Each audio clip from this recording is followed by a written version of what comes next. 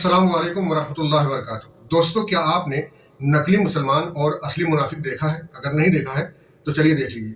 کوئی کسی کو بھڑکا نہیں سکتا جب تک ہم کسی کے بھڑکائے میں نہ آئیں۔ تو میں اپنے مسلم بھائیوں سے کہنا چاہتی ہوں، اسپیشلی کسی کے بھڑکائے میں مت آئیے۔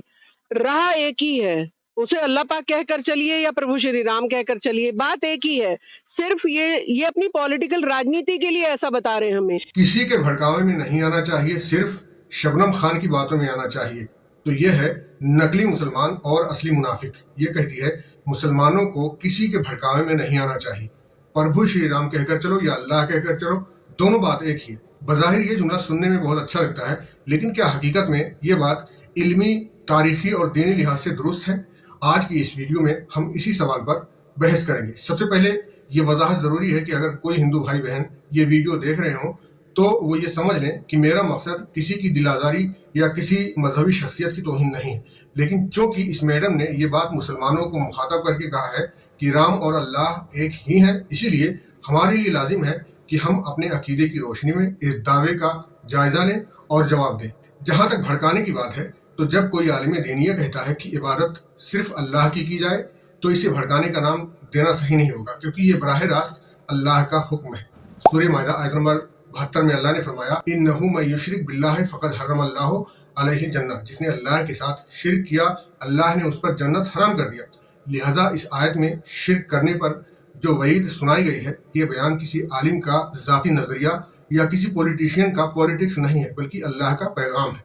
یہ میڈم اگر خود کو مسلمان بتاتی ہے تو اسے معلوم ہونا چاہیے کہ مسلمان ہونا صرف کسی مسلم خاندان میں پیدا ہونے کا نام نہیں ہے۔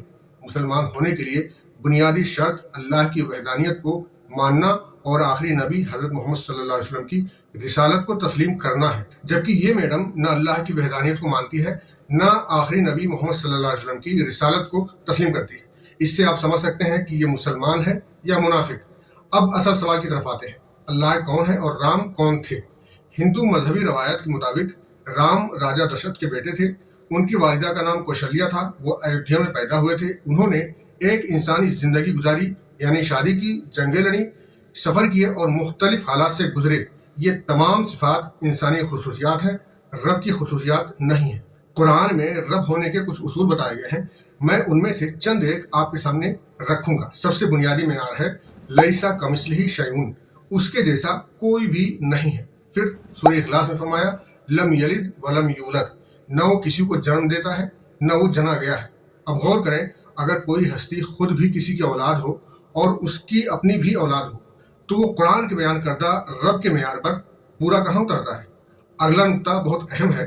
جب حضرت عیسیٰ علیہ السلام کے بارے میں نصرانیوں نے غلو کرتے ہوئے انہیں اللہ قرار دیا تو اللہ نے سورہ مائدہ آیت نمبر 75 میں واضح طور سے اس کا رد کرتے ہوئے یہ فرمایا مسیح ابن مریم ایک رسول کے سوا کچھ نہیں، ان سے پہلے بھی بہت سے رسول گزر چکے ہیں اور ان کی والدہ پرہیزگار عورت تھیں، دونوں ماں بیٹے کھانا کھاتے تھے۔ یہاں کھانا کھاتے تھے کا ذکر ایک اصول سمجھا رہا ہے کہ جو کھانے کا محتاج ہو وہ رب نہیں ہو سکتا، کیونکہ کھانا کھانا ایک ضرورت ہے، ضرورت کمزوری ہے اور کمزوری مخلوق کی صفات ہیں، رب کی نہیں۔ اسی طرح سورہ بقرہ آیت نمبر 255 میں فرمایا لا تاخذہ سنۃ ولا نوم، اسے نہ اونگ آتی ہے نہ وہ سوتا ہے۔ نیند اور اونگ تھکنے اور کمزور ہونے کی علامتیں ہیں۔ سوتا وہی ہے جو تھکتا ہے، جو تھکتا ہے وہ کمزور ہوتا ہے، اور جو کمزور ہو وہ رب نہیں ہو سکتا۔ لہذا ہمارا ایمان ہے لا الہ الا ہوا خالق کل شیء، اللہ کے سوا کوئی معبود نہیں، وہی ہر چیز کا خالق ہے۔ وہ نہ سوتا ہے نہ تھکتا ہے نہ کھاتا ہے، نہ کسی کا بیٹا ہے اور نہ کسی کا باپ ہے۔ اور ان سب دلائل میں سب سے اہم خصوصیت یہ ہے کہ اس کے جیسا کوئی نہیں، جبکہ رام کی تمام ضروریات اور خصوصیات اسی طرح تھیں جس طرح دوسرے انسانوں کی ہوتی ہیں۔ رام کھاتے پیتے تھے، سوتے اور آرام بھی کرتے تھے، جیسے وہ کسی کے بیٹے تھے اسی طرح ان کی بھی اولادیں تھیں۔ لہذا میرے نزدیک رام اپنے اوصاف میں یکتا ثابت نہیں ہوتے کہ انہیں رب مانا جا سکے۔ پھر بھی اگر ہمارے ہندو بھائی رام کو ہی اپنا رب مانتے ہیں تو شوق سے مانے، یہ ان کا اپنا اختیار ہے، ہم کسی پر جبر نہیں کر سکتے، کیونکہ ہمارے رب نے ہمیں حکم دیا ہے لا اکراہ فی الدین قد تبین الرشد من الغی، دین میں کوئی زبردستی نہیں ہے، ہدایت گمراہی سے واضح ہو چکی ہے۔ اس کے ساتھ سورہ یونس آیت نمبر 108 میں اللہ نے یہ بھی فرمایا قل یا ایھا الناس قد جاءکم الحق من ربکم فمن اہتدی فانما یہتدی لنفسہ ومن ضل فانما یضل علیہا، اے نبی کہہ دو اے لوگو تمہارے پاس تمہارے رب کی طرف سے حق آ چکا ہے، پھر جو ہدایت اختیار کرے گا وہ اپنے ہی فائدے کے لیے ہدایت اختیار کرے گا، اور جو گمراہی کا راستہ چنے گا تو اس کی گمراہی کا نقصان اسی پر ہوگا۔ لہٰذا ہم نے نہ رام کی توہین کیا، نہ کسی پر جبر کیا، صرف اپنا عقیدہ واضح کیا ہے کہ رام کے اندر موجود تمام اوصاف یہ بتاتے ہیں کہ رام انسان تھے۔ آخر میں بڑے ادب سے یہ کہنا چاہتا ہوں کہ ہر انسان اپنے عقیدے پر آزاد ہے، جو راستہ چاہے اپنائے، مگر دو متضاد عقائد کو ایک کہنا علمی اور عقلی دیانت کے خلاف ہے۔ اللہ اور رام کو ایک قرار دینا نہ قرآن کے مطابق ہے، نہ توحید کے اصولوں کے مطابق ہے، لہٰذا اللہ اور رام ایک نہیں ہے۔ ویڈیو کو شیئر کر دیں۔